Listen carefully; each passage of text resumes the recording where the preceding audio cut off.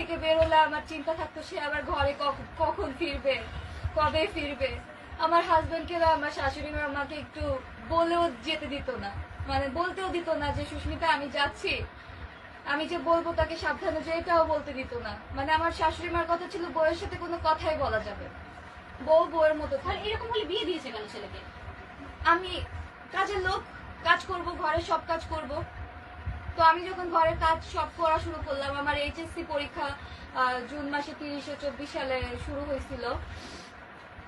June মাসে 24 সালের June মাসে, হ্যাঁ জুন মাসে 30 এরকম। হ্যাঁ হ্যাঁ ওই টাইমটায় আমার শাশুড়ি মার কাছে আমি বলছিলাম কি মা আমার তো পরীক্ষা শুরু হয়েছে, আমার একটু পড়তে হবে। তো সে আমাকে মানে আমি সব করতাম, কাজকর্ম সব করতাম, তারপরে নিজের পড়াটা নিজে শেষ করতাম। আমার হাজবেন্ড যদি আমাকে হেল্প করতে আসতো পড়ালেখায়, আমার হাজবেন্ড আমাকে হেল্প করতে চাইতো যে তোমার কোথায় সমস্যা হচ্ছে আমাকে দেখাও, আমি তোমাকে পড়াই।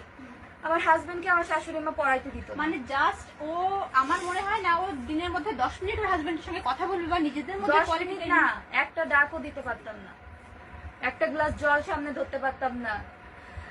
আমার পরীক্ষা চলতেছে, আমি পরীক্ষা দিতে যাব আগামীকালকে সকালে আমার পরীক্ষা। আমার শাশুড়ি মা সন্ধ্যার সময় আমাকে এক গাবলা শাক, তরকারি, মশলা, কাঁচামরিচ এক বাটি দিয়ে গেল, বললো যে এগুলো বেটে কুটে ধুয়ে